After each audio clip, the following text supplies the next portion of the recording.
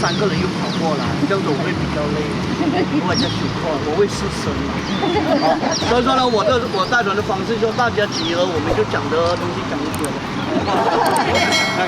对不对啊？然后我们大家一起走，这样子的话就会比较好。来，请大家请。怡保火车站，马来西亚霹雳州首府的怡保市。这个火车站修建在1914到1917年，是典型的摩尔式跟维多利亚风格相结合的火车站。它被称为怡保的泰姬玛哈林。怡保开拓史上面所使用的各种的火车头、车厢，基本上全部都移来这个地方，把它保存得非常完整。马来西亚的铁道是属于国家经营的，而怡保跟槟城一样，都是华人居多的城市。槟城的华人是福建人，来到霹雳州跟怡保这一带呢，则变成了广东人，一样都是华人，所以在这个区块，你讲华语都可以行得通。而这一个地方，怡保也是属于英属马来西亚霹雳州华人社会。为什么叫做英属呢？霹雳是马来西亚的13个州属之一，也是马来半岛11个州当中最大的第2个州，面积很大。而最早的时候，英国人来这边殖民过，因为当时这里的锡矿开采非常的旺盛，在19世纪，所以当时的英国人为了取得锡矿，也就来到了这个地方，使得这个地方就拥有了非常多具特色的建筑。说起了马来西亚，马来西亚位处东南亚核心地带，是一个多元种族的国家。它的华人占了它的人口比例30%，人口最多的第2大民族就是华人。而华人当然有来自于中国很多地方。那发掘这段东南亚华人的移民史，是绝对你要来马来西亚先了解的。为什么马来西亚在槟城怡保，你可以说国语可以行得通？在这里为什么那么多的华人？这个都要谈起了他的移民史啊。马来西亚约莫有700多万的华人，都是在16世纪开始的时候呢，他们为什么要来马来西亚？大部分都是为了改善家庭经济啊，怀着改善家庭经济的理想，携带亲朋好友，从中国南方的福建、广东等各个省份离乡背井，来到马来半岛开垦移民后代。很多人会说，中国的经济不是很好吗？其实每个国家都有它的历史啊，每个国家的历史，它的经济也不是永远都是最 top 的、最顶尖的，它也会有兴衰史啊，也会有遇到饥荒，遇到以前的可能科技、科学没有那么发达，还有当时中国的封建制度，所以使得当时中国沿岸有很多的地方，它的生活水平并不是很好，他们唯一的就是出海。那出海到其他的地方去谋生，看能不能带来更大的财富。说个简单一点的概念好了，以前好不代表现在好，现在好也不代表以前好。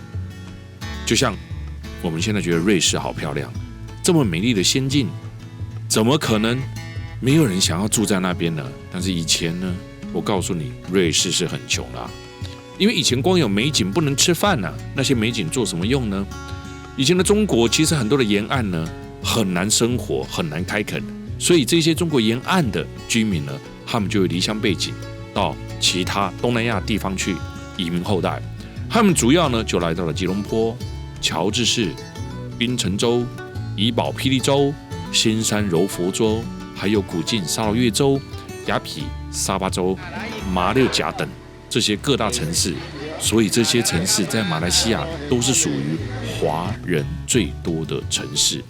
而这些华人来到马来西亚之后，自然而然就把他们的家乡菜，还有他们生活的习惯带到了这个他们移民的地方来。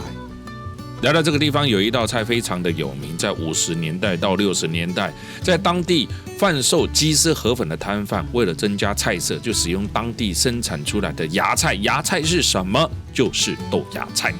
那它豆芽菜呢汆烫之后呢，拌上鸡油跟酱油，然后呢撒胡椒粉，就变成了一道特色小菜。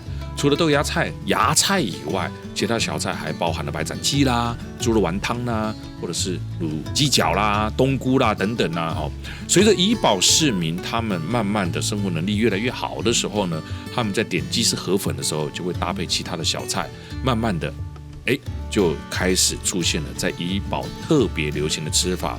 所以在70年代到80年代之间呢，芽菜跟白斩鸡就成为了主角，而鸡丝河粉慢慢逐渐演变成没有鸡丝跟虾子的清汤然后呢，慢慢的消费者就开始出现了这一道芽菜白斩鸡合在一起的叫做芽菜鸡，也就是我们刚刚所吃的很特别的，也会搭配啦猪肉丸子啦，还有其他的鱼丸啊等等配菜。那当时他们很常吃的河粉，也有可能会换成的是海南鸡饭所使用的油饭所以看一个地方的食物，还有它的水果等等，都很有可能可以了解到它历史的演变讲中文啊，中文啊，他不能讲有味有甜哦。可以带回饭店，不可以带回台湾啊。水果不可以带回台湾。这个酸的，这个酸的，这个酸的。我的妈呀，有看到吗？这么大颗的柚子啊，而且叫做罗二妹。以前人取名字啊，其实很直接，生的第一个女生大妹，第二个女生叫二妹，第三个叫三妹，最小的叫小妹也有叫大弟、二弟的，对吧？而柚子一条街，这里的特色是因为怡保的柚子特别大颗、鲜甜多汁，是全马来西亚最高质量柚子的产地。喜欢吃水果的朋友们，我告诉你，到世界各地，就算它出产的水果，你的家乡也有，那你也要吃吃看，跟别人有没有什么不一样。但是我跟你讲，柚子吃多了，你也知道肠胃会滚动的啦有时候吃多了呢，它会促进你的消化，肠胃的蠕动，会让你赶快想找地方坐下来，一下然后呢，这里的柚子有没有很大颗？乍看之下以为是什么保龄球啊，好大一颗怡保的柚子西施一条街，名字也很直接，告诉你这一条街专门卖柚子，而且没有猛男，都是女生在卖，所以叫西施。这条街的店面全都挂着一颗颗大大的柚子，一片柚子海。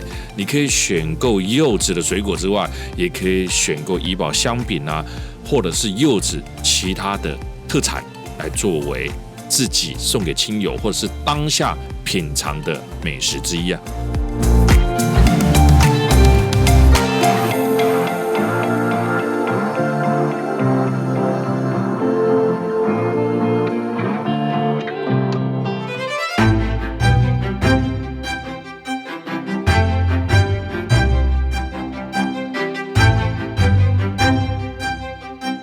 这一栋拥有非常浓厚英式风格的古堡，它就是凯利古堡，马来西亚霹雳州附近的一个城堡。这栋废弃的府邸是以苏格兰种植植物园的园主威利·凯利·史密斯的名字而命名，用他的名字的命名，所以主人就是他啦。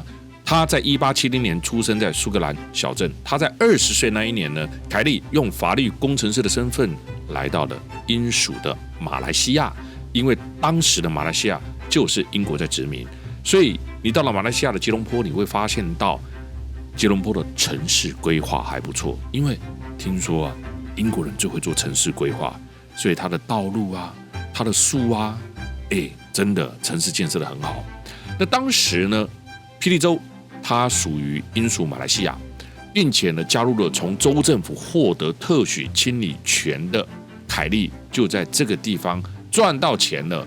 在这里呢，他拥有很大片的森林土地。那他在这里赚到钱之后呢，他就怎么样？在这附近呢，买下了高达了1000英亩，也就是405公顷的树林，开始种植橡胶树。之后呢，他就用他的家乡名字叫做复活节凯拉斯，当然事业有成之后呢，他就回到他的家乡，跟他苏格兰的女朋友结了婚，并在1903年将他的女朋友，也就是他的老婆带来了马来西亚，并且在这1904年呢，为他生下了一个女儿。那这个女儿呢，生下来之后呢，他就为了女儿，在这个地方建立了他第一个豪宅，也叫做凯拉斯之家。讲简单一点，就是喝雅郎的家。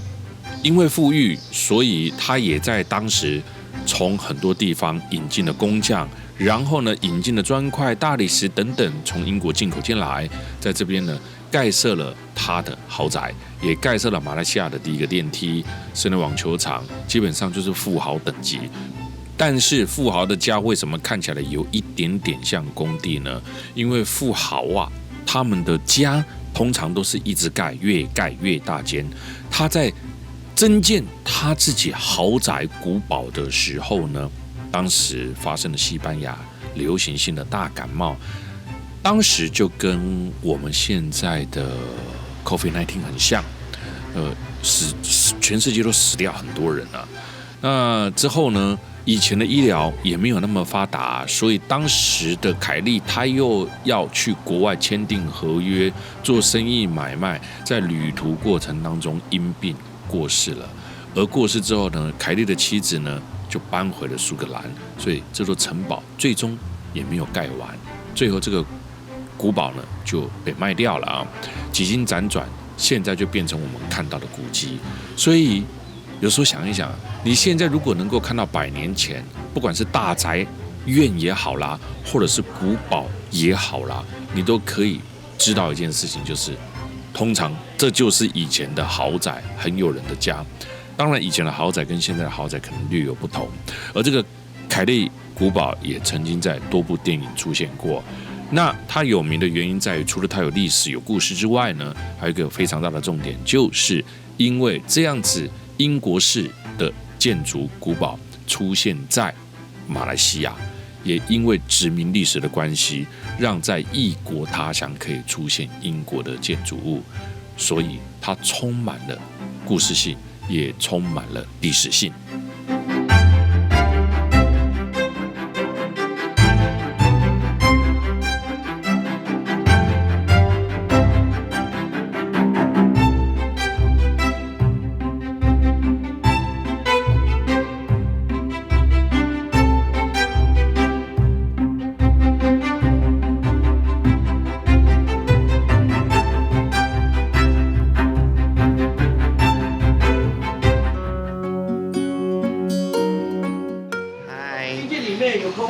我们来吃豆花，黄珊珊。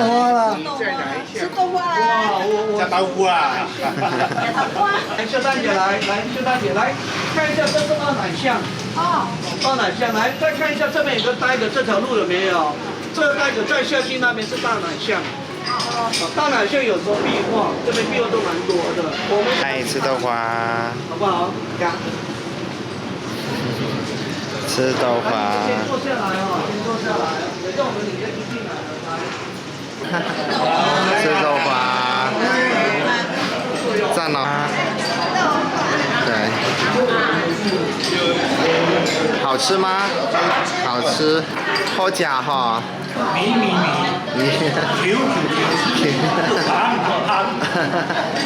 哇，说起了二奶，不知道是不是很多男人心目当中很有经验的概念啊？但是呢，这个二奶为什么叫二奶？马来西亚的霹雳州怡保的二奶巷，最主要不是因为这里是莺莺燕燕的地方，而是因为以前啊，有钱人都会娶好几个老婆嘛。因为在当时并没有所谓的一夫一妻制，其实就算现在有啊，比较具有经济能力的，有时候台面下也会有其他的老婆，对不对啊？这是现在社会的现象嘛，这是我们避免不了，也没有办法忽视掉的一个隐藏在法律跟社会底下的现象了。那在当时马来西亚的霹雳州怡保的二奶巷，最主要是锡矿的富豪给太太们的地产。怡保最有名的应该就是怡保的白咖啡，到怡保的二奶巷喝上白咖啡，造访二奶巷它的壁画是最棒的。100年前的红灯区，话说当年清末时期，怡保的产锡矿是全世界第一。但是呢，当时很多的华人就从中国沿岸过来，很多从中国大陆过来经商的华人商人都是从这里开始发家致富锡矿。其中最有名的富豪，他当时就拥有了8个妻子，他当时就在这边购入了怡保的3条巷子。你知道有钱不是买地这么简单，有钱是买路啊，所以他买了3条巷子，分别赠送给3个老婆，每一个都有1条路，而且当时因为没有一夫一妻制，所以每一个都是明媒正娶。其中又以2老婆的这条2奶巷是3条巷子里面最繁盛之处。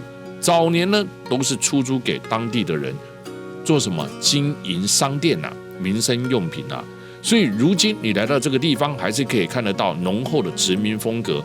当时在那个年代所建筑下来的遗迹，很简单，当时有什么建材，当时特色是什么，当时流行是什么，全部都会反映在那个年代的建筑。那个年代的建筑下来之后呢，经过了几年之后，经过了100年之后，它就变成了具有特色的建筑，也就是古迹喽。想想啊，有钱有闲有房还有路，然后呢没事就把这些地方呢，太多了嘛，就把它出租出去当包租婆，将房舍租借经营呢变成了另外一种收入来源。而且这里真的具有非常强烈的特色风格，因为2奶巷里面也不知道是不是当时2奶他自己本身的艺术眼光比较好，所以他在这里面有很多英国殖民时期的建筑都在这个地方，所以来这边非常好拍照。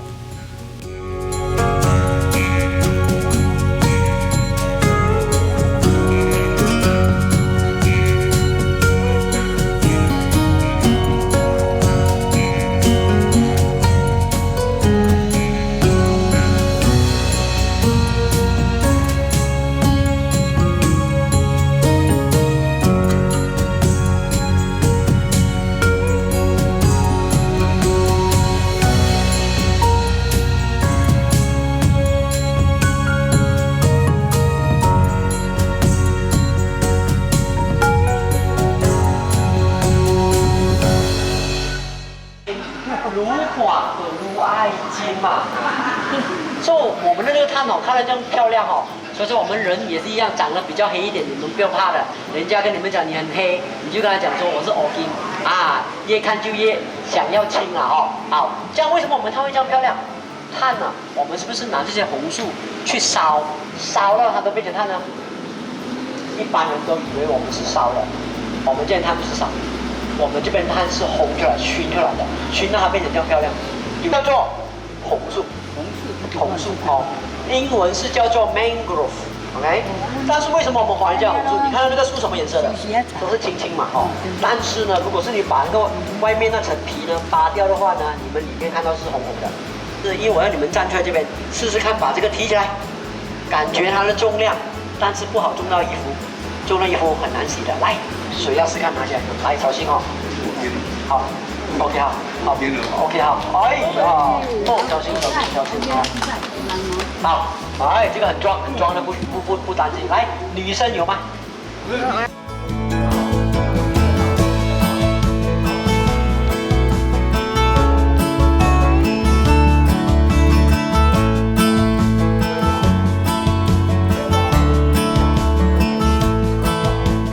又是一个非常具有特色的地方，在马来西亚霹雳州的西巴丁红木黑金炭窑这个地方呢，盛产所谓的黑金。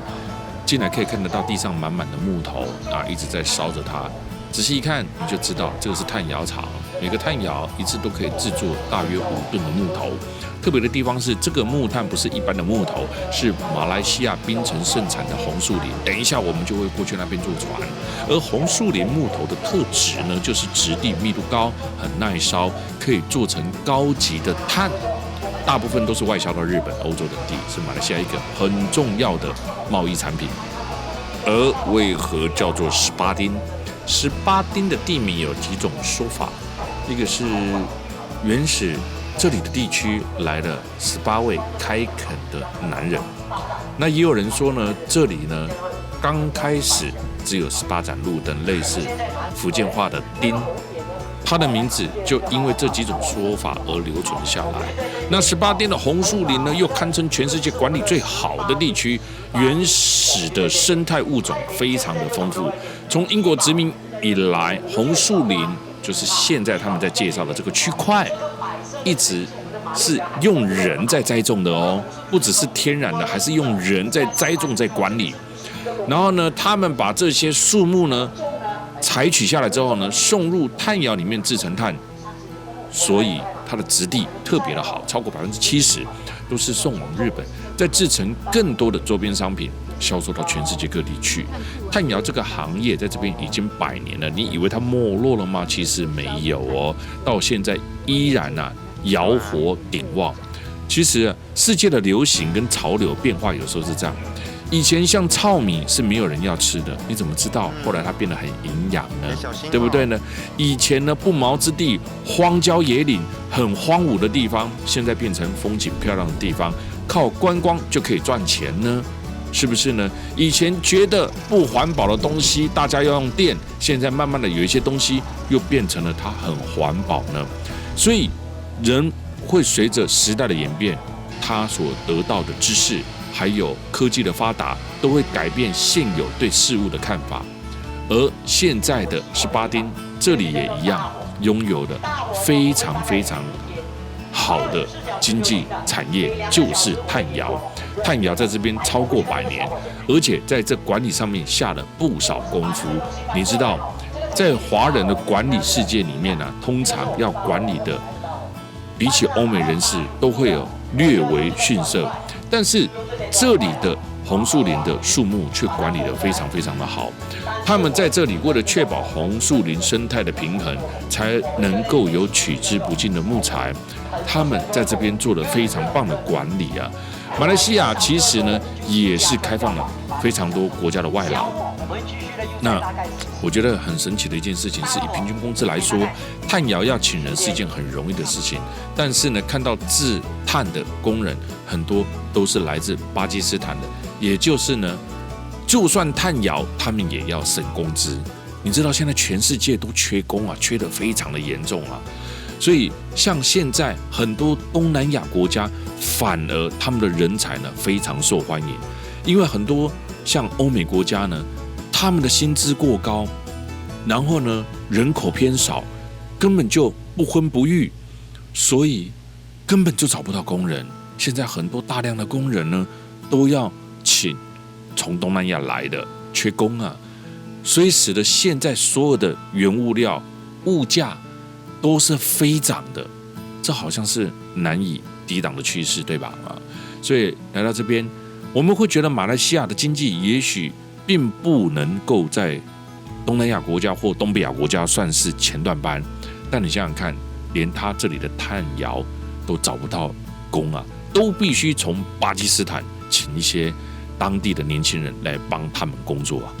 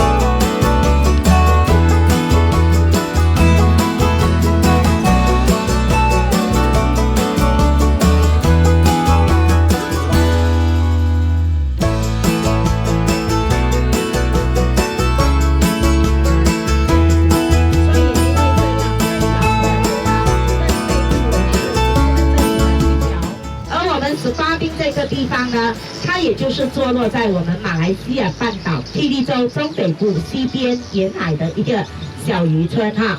所以现在我们走着的这一条河流，我们一直往前开，这个船程大概也就是在1个小时，将会到达我们的出海口。而我们的出海口呢，也就是连接于我们的马六甲海峡的。所以呢，当时这一条河呢，也是我们一个非常的水上浮台度假屋哈。因为3年的疫情没有人到来，所以现在呢已经坏掉了，也正在装修之中哈。来，再我们往前看一些哈，这些呢全都是属于我们的雪蛤壳，都是属于这个雪蛤壳。所以从这里我们不难发现哈，我们18町呢早期也是一个非常出火车铁道和第一个港口。而在我们后面这里看到有2只船只停靠的地方啊，它的屋角就是一个倒三角形，然后呢是石灰舰承接于我们的马六甲海峡的，所以它的河水呢，也就是属于这个半咸淡的河水，而它的这个河床呢，更是我们的沼泽地带。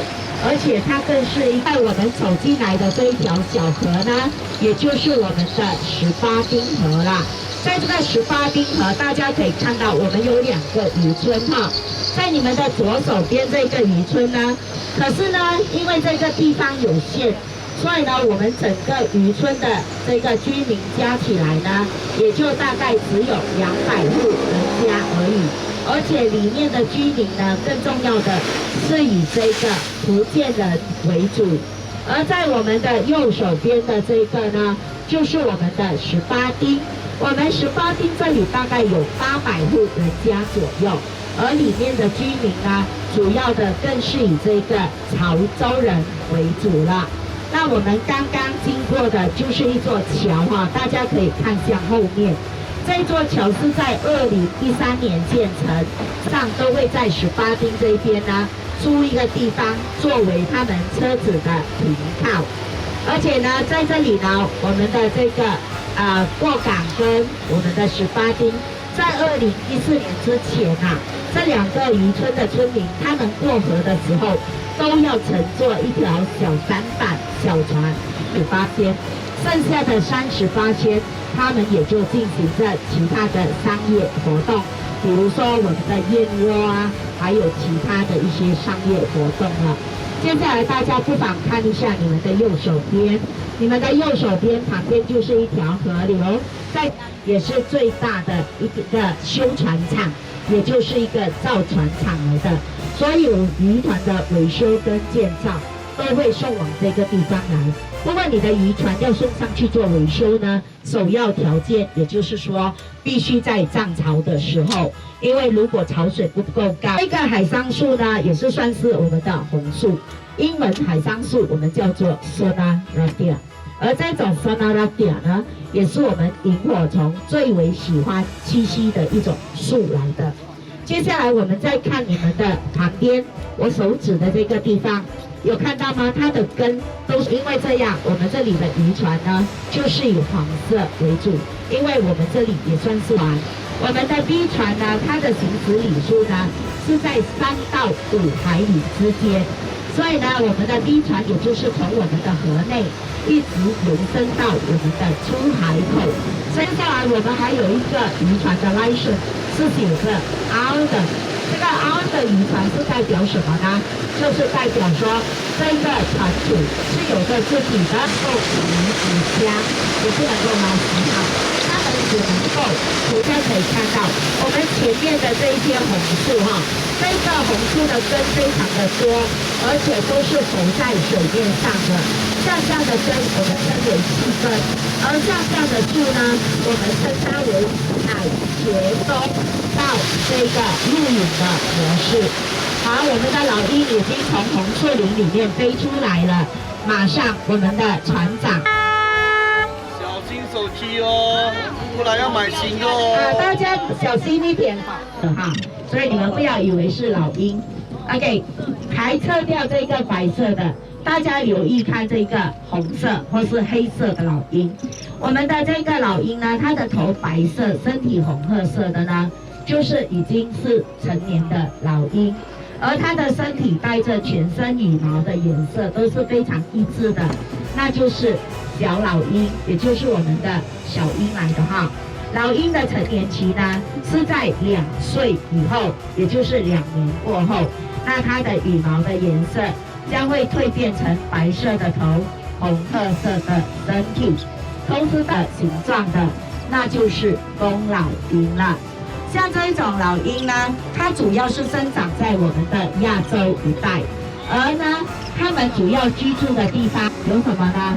就是我们河里的小鱼、小虾、小动物的尸体，还有小昆虫跟小鸟的寿命哈。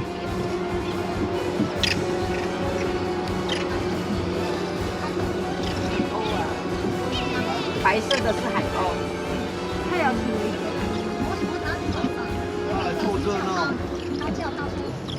我们这一种老鹰呢，叫做丽烟哈，丽烟也叫做红老鹰。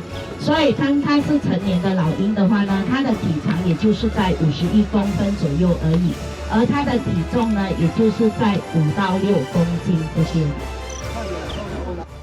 占地超过400平方公里，位于霹雳州18丁渔村周边的马当红树林保留地，这里也是马来半岛面积最大的红树林，更是全世界拥有最完善管理机制的红树林。这里的生态链环境跟周边的地方产业息息相关，所以我们刚刚就从18丁的砖窑厂来到了砖窑厂，它在生产的高级碳原木料就是从这里取来的。第2次世界大战期间，日本统治了当年的马来西亚长达了3年8个月，这固然是所有马来西亚人的历史伤痛。然而，日本人在18丁引进的与环境共存的永续产业生态概念，你知道吗？造就了今天今时今日18丁还有这些红树林，除了环保，还有它的经济效益，也造就了马当红树林保留地生生不息的红树林。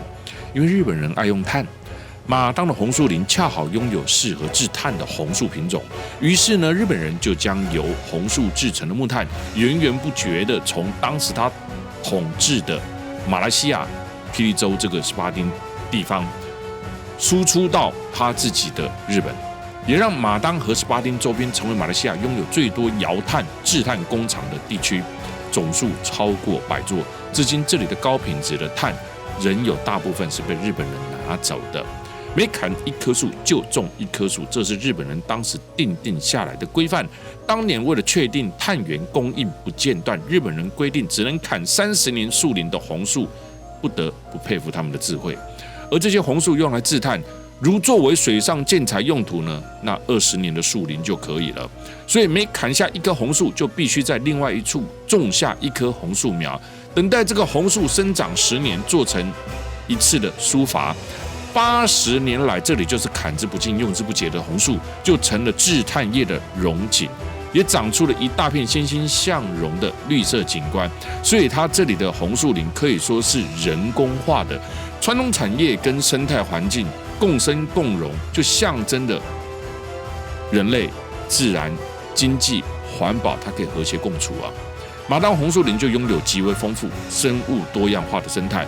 森林保留区内就设有长达1.2公里长的木造栈道啊，可以让我们进去看看这里的绿色世界，可以看看这里的长尾猕猴，可以看看这里的鸟类，所以生态环境非常的棒。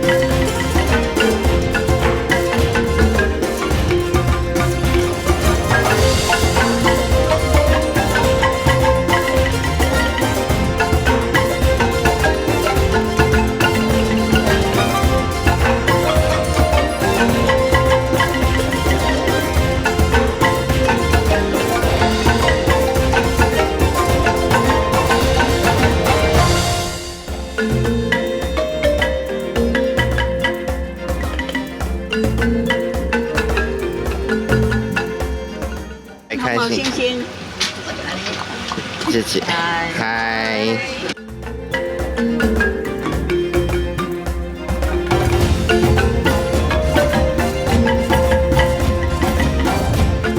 槟城、怡保、马来西亚斯巴丁红毛猩猩岛保护区这一条路线，其实我觉得是一个非常好的生态之旅。它不只适合年纪长的人，更适合一家大小带着小朋友来这边去体会看看什么叫红树林，什么叫做生态保护区，还可以看得到非常棒的野生动物。我们现在就来到了红毛猩猩的栖息地。这个红毛猩猩栖息地呢，其实也算是一个保护区。这个保护区位于美丽的五吉美拉红毛猩猩岛，是马来西亚最大的红毛猩猩保护区之一。在这边，我们将亲眼目睹这些珍贵的红毛猩猩，并且学习看看它们的生态，还有保育工作是如何在这个五吉美拉地方进行。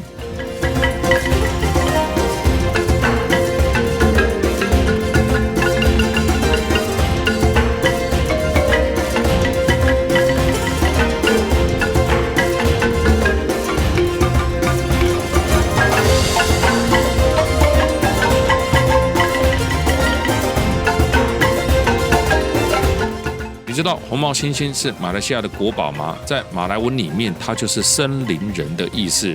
红毛猩猩喜欢在树上活动，摘果实、树叶，偶尔也会吃昆虫，并且呢，用树叶来造窝。小红毛猩猩的模样其实非常的可爱，也很逗趣。不要走，你不要走。它会跟着我们。终于找到了。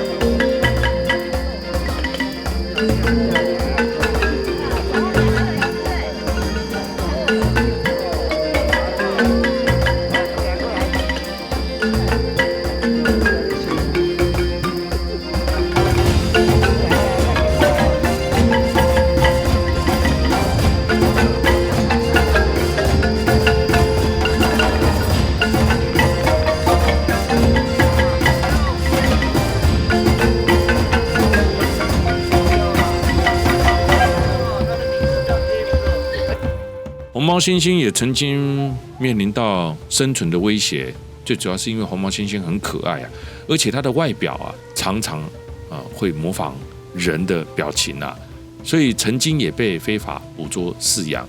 现在在这里是经过管理的，他们把这些红毛猩猩圈养在这个地方。当这些动物能够独立的时候，能够求生的时候，它们就会再被放回到森林里面去了。所以这是马来西亚的国宝哦。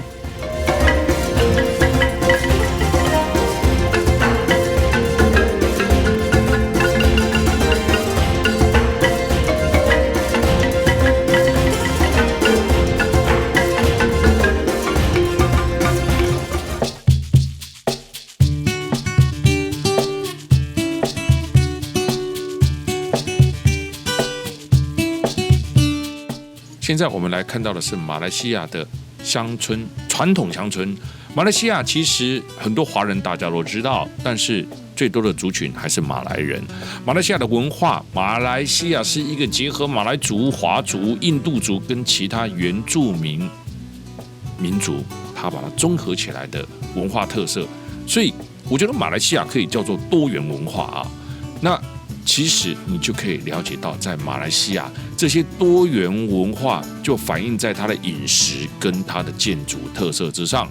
而现在我们来到的是传统的马来西亚乡村建筑，这些乡村建筑反映出来的是马来西亚的气候因素，会架高离地，让湿气不会从地上上来，会盖上斜斜的屋顶，最主要是因为有下雨。所以这样子就能够让居住在热带地区的马来人在夏天不会感受到这么的热。所以现在有没有看到有别于一般你所看到的乡村特色啊？现在我们来到的是马来西亚阿贡村，看看传统的马来乡村。